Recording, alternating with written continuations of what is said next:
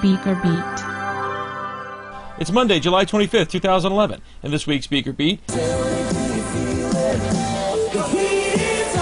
The heat is on, and that goes for Congress too, as the medical device industry demands a repeal of the excise tax.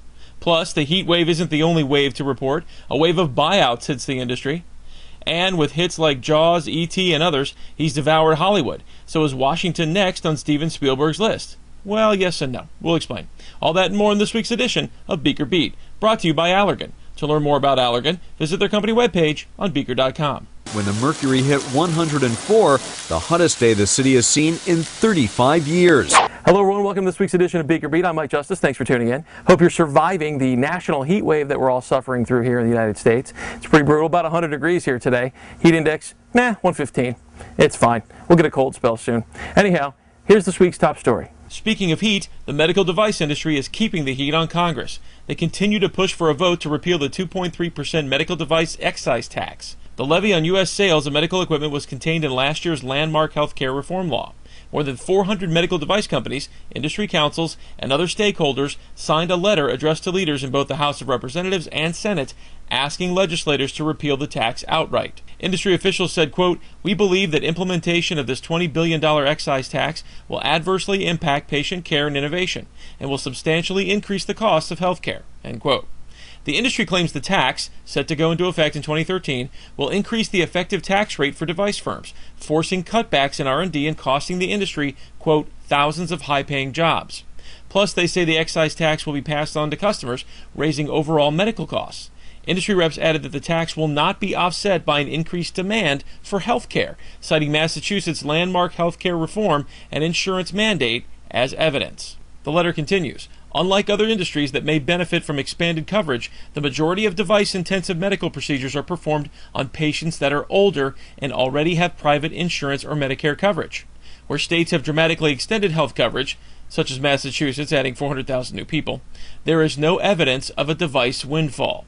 End quote. Calls for a repeal of the device tax have been getting louder from the medical device industry recently, and they've gained support from GOP leaders and some Democrats too. But there have been no votes on the issue, and none are expected to occur anytime soon. Oh, that grass is dead. Kind of like your career, Jeremy. Anyway, I kid because I care, and because I like to abuse Jeremy. Anyway, tell us what you think about this story or any story that you see in today's show. Very simple. Click on the orange button below me. A box will pop up. Type in your comments, send it to me. I promise I'll read and respond to every one of them, assuming that we survive this heat. And when you're done watching BeakerBeat, check out Beaker's blog and read about the bizarre and tragic deaths surrounding Medicis Pharma founder and CEO Jonas Shacknai. In a 2-day span, his young son and his girlfriend were both found dead at his home. Plus, the FDA is on track to exceed last year's amount of approvals for new drugs. Those stories and more on Beaker's blog. It's so damn hot. Milk was a bad choice. So, you know, one surefire way to keep cool this summer with this heat wave we're going through is to have a pool. Right. As you can see, there's no pool. So we're going to suffer along without it. If only I had a slip and slide or a hose. Express Scripts has inked a deal to buy rival Medco Health Solutions for $29 billion, creating a Goliath in managing prescription drug benefits in the United States. The deal would be the biggest ever in the healthcare services industry and give Express Scripts close to 1/3 of the pharmacy benefits market. Now comes the hard part, passing the antitrust scrutiny that many analysts predict will be daunting. Many only give it a 50-50 shot of approval. The deal, if it survives, would make Express Scripts twice as big as their next competitor. That size and scale will help them gain much more leverage for negotiating drug prices for employers and other clients who must reduce their exposure to spiraling healthcare costs. Medco is the bigger company in terms of revenue, but has suffered 3 major setbacks recently. It lost a big pharmacy benefits contract to CVS, a contract with CalPERS, the biggest U.S. public pension fund, and its deal with United Health, which is 17% of its revenue, is ending. Express Scripts will pay $71 and change per Medco share, a 28% premium to Medco's closing price when the deal was announced. It's 1,000 degrees out, yet my kids have managed to find the winter coat, hat, and a scarf. Funny what they think of. Don't think that's getting you any cooler there, buddy. Dendreon recently received clearance from the FDA to expand a manufacturing facility for its cancer vaccine Provenge, more proof of how popular the treatment has become. The company's Los Angeles facility can now be operational with 36 workstations. French regulators are under fire from recent disclosures linking as many as 2,000 deaths with the now withdrawn diabetes drug Mediator made by Servier. Mediator was allowed to stay on the market in France after it had been withdrawn for safety reasons in other European markets. Health Minister Xavier Bertrand has proposed sweeping changes to France's regulatory framework, and 19,000 approved drugs are currently under review. Bertrand predicts many of those meds will be withdrawn if they can't demonstrate they're not inferior to other treatments. Sobering yet not surprising news for salespeople. 9 of the top 10 pharma companies in the USA and Europe cut back on sales force levels in 2010.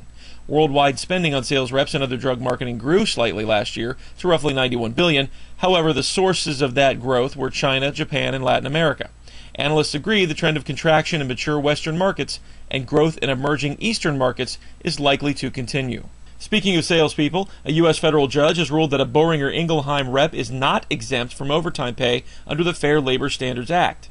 This is the latest decision in the ongoing legal battle between salespeople who claim they deserve OT and drug makers who consider reps outside salespeople who don't qualify.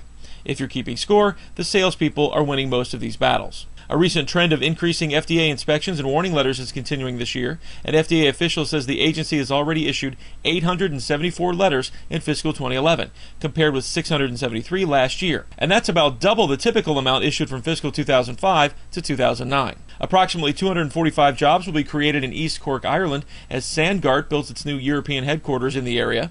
Of those jobs, 125 will come from construction and another 120 from manufacturing positions. Okay, so found a sprinkler. Kids are ready. Okay, ready? Let there be water. I said water. Ah! Okay, watch out.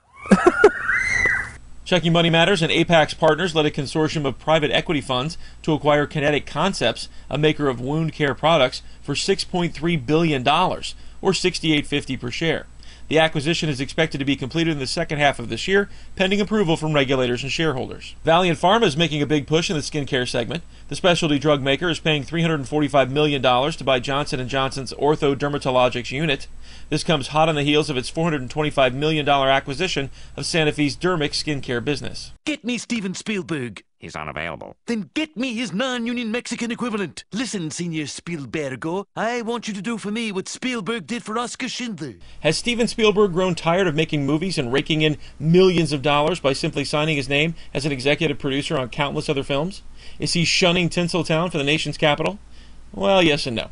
The FDA has announced they have hired Steven Spielberg, but he's not the one you're thinking of. The FDA has named former Dartmouth Medical School Dean Steven Spielberg, spelled with a PH, not a V, to the newly created position of Deputy Commissioner for Medical Products and Tobacco. This comes as part of a management restructuring. So we don't get the explosions and Hollywood glitz, but that doesn't mean we can't dream. Here's some titles if you're to combine the two Spielbergs. Jurassic Park 4, Fun with Dinosaur DNA, Raiders of the Lost Approvals, Spielberg's List of Companies with Warning Letters, Jaws 5, Taking a Bite Out of Counterfeits, Close Encounters of the Generic Kind, E.T., The Excise Tax, starring the device industry, of course, and Total J&J Recall. Of course, Steven Spielberg didn't make that movie, but it's still funny anyway. Well, that's it for this week's edition of BeakerBeat. I'm Mike Justice. Thanks for tuning in. Stay cool this week, if you can. Beat the heat with a sprinkler or whatever you got. We'll see you next week.